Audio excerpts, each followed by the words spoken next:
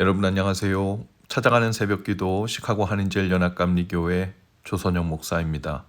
오늘도 변함없는 주님의 은혜와 평강이 저와 여러분의 삶의 종일 풍성하기를 기도합니다. 오늘 말씀은 에스더 9장 1절에서 5절, 16절에서 19절까지 말씀입니다. 아달월 곧 12째 달 13일은 왕의 어명을 시행하게 된 날이라.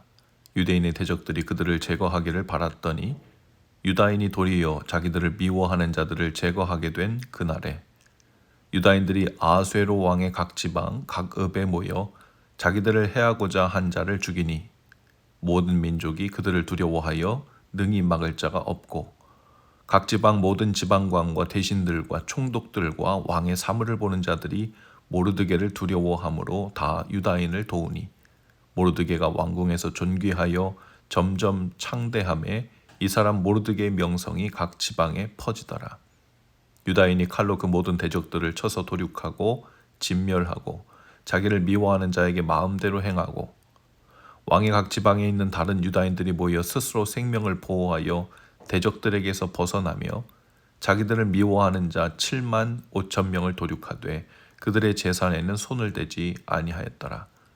아달월 13일에 그 일을 행하였고 14일에 쉬며 그날에 잔치를 베풀어 즐겼고 수산에 사는 유다인들은 13일과 14일에 모였고 15일에 쉬며 이날에 잔치를 베풀며 즐긴지라. 그러므로 시골의 유다인 곧 성이 없는 고을고을에 사는 자들이 아달월 14일을 명절로 삼아 잔치를 베풀고 즐기며 서로 예물을 주더라. 아멘. 살다 보면 때로 이런 순간을 맞습니다. 아무리 애써도 바뀌지 않을 것 같은 운명 같은 일, 그리고 이미 결론이 나버린 이야기 속에 어떤 조연 역할을 하며 살고 있는 것 같은 패배스러운 이야기. 에스더 9장의 시작이 바로 그런 날입니다. 하만의 조서와 모르드게의 조서가 동시에 시행되는 날이죠. 유다인들을 진멸하라는 왕의 조서와 그에 맞서 싸울 수 있도록 허락한 모르드게의 조서가 겹치는 날, 죽느냐 사느냐, 살아남느냐 사라지느냐가 갈리는 그날에 사람들은 결과를 지켜봅니다. 1절은 이렇게 말합니다. 왕의 어명을 시행하게 된 날이라 유다인의 대적들이 그들을 제거하기를 바랐더니 유다인이 도리어 자기들을 미워하는 자들을 제거하게 된 그날에. 극적인 반전입니다. 보이지 않는 하나님께서 그날에 보이는 방식으로 일하셨습니다. 왕의 인장보다 강력한 하나님의 손길이 역사의 흐름을 되돌려 놓은 날이었죠. 오늘 우리가 읽진 않았지만 9절과 10절 그리고 15절 그리고 16절에 반복되는 내용이 나옵니다. 유다인들은 대적들을 진멸했지만 재산에는 손을 대지 않았더라. 이 말이 반복됩니다. 왜일까요? 이 싸움이 단지 복수극이었다면 승리 후의 전리품은 당연한 보상이죠. 그러나 유다인들은 그것을 취하지 않습니다. 손을 대지도 않습니다. 이 싸움은 사람의 복수가 아니라 하나님의 정의가 실현되는 하나님의 싸움이었기 때문이죠. 그들은 기억하고 있었습니다. 사무엘상 15장에서 사울 왕이 아말렉과의 전쟁에서 말씀을 어기고 전리품을 탐하다가 하나님의 뜻을 거스렸죠. 하나님의 일을 사람의 일로 만들어버린 일을 알고 있었습니다. 사울은 하나님의 전쟁을 인간의 전리품으로 바꾸었고 결국 왕위에서 버림받습니다. 하지만 유다인들은 하나님의 뜻에 순종함으로 그 싸움이 철저히 하나님께 속한 것임을 드러내고 있었습니다. 철학자 키에르케고르는 이런 말을 남겼습니다. 신앙이란 인간의 논리를 내려놓고 하나님의 질서에 자신을 던지는 것이다. 논리적으로 보면 유다인들은 전쟁 후 재산을 취하는 것이 이치에 맞았을 겁니다. 하지만 그들은 하나님의 질서 앞에 멈추고 맡겼죠. 이 싸움은 그들의 손으로 이긴 전투가 아니라 하나님의 뜻으로 이루어진 심판이자 구원이었기 때문입니다. 에스더서에는 하나님의 이름이 한 번도 등장하지 않는다고 했습니다. 하지만 하나님은 가장 결정적인 순간에 가장 분명한 손으로 일하셨습니다. 보이지 않지만 무너뜨리시는 분, 이름은 없지만 뜻을 선명하게 이루시는 분, 하나님은 철저히 숨어 계시지만 그분의 능력은 결코 숨길 수 없습니다.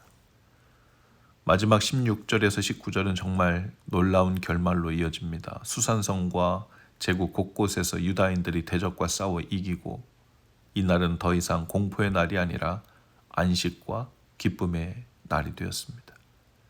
죽음의 그림자가 드리웠던 하루가 기념비적인 불임절의 시작이 된 거죠.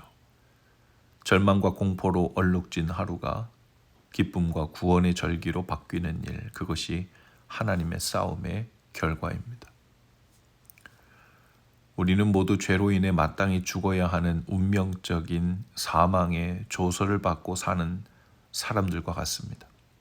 세상의 마지막 날, 인생의 마지막 날은 모든 인류에게 두렵고 공포스러운 날이었죠. 마치 하만의 조서가 선포된 것과 같습니다. 고소하는 자 마귀가 죄에 합당한 사망의 대가를 치루어야 한다는 조서를 들고 있는 겁니다. 그러나 하나님은 그 의문에 적힌 죄를 고발하는 조서를 없애버리시고 하나님의 은혜 안에서 구원받는 기쁨의 날로 변화시키시고 새 조서를 주셨습니다. 하나님의 그 인장 반지는 요한계시록에서 어린 양의 구원과 하나님의 인침으로 상징적으로 드러나죠. 이미 구원받은 우리는 이 땅에 사는 동안에도 하나님의 싸움을 하며 살아야 합니다. 우리 삶에도 마치 이미 쓰여진 것과 같은 고통과 지워지지 않는 상처들이 있죠. 하지만 그 모든 싸움 속에서 이 싸움은 사람의 싸움이 아니라 복수극도 아니라 하나님의 싸움임을 잊지 마시기 바랍니다.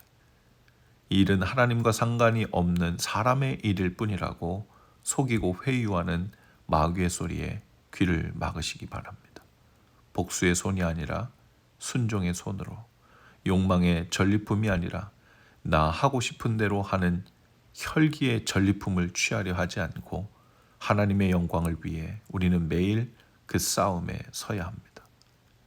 오늘도 하나님은 조용히 그러나 분명하게 저와 여러분의 싸움을 이끌고 계신 줄로 믿습니다.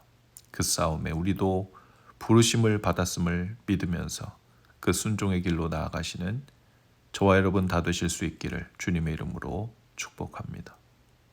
기도하시겠습니다. 하나님, 우리의 싸움이 아니라 주님의 싸움임을 고백합니다. 욕망이 아닌 순종으로, 복수가 아닌 거룩으로 이 모든 싸움을 대하게 하시고 또 끝내게 하옵소서. 오늘도 하나님의 뜻이 우리의 삶 가운데 이루어지기를 간절히 소망하고 예수님의 이름으로 기도합니다. 아멘. 여러분 오늘도 말씀 동행으로 화이팅입니다. 저는 내일 아침에 다시 찾아오겠습니다.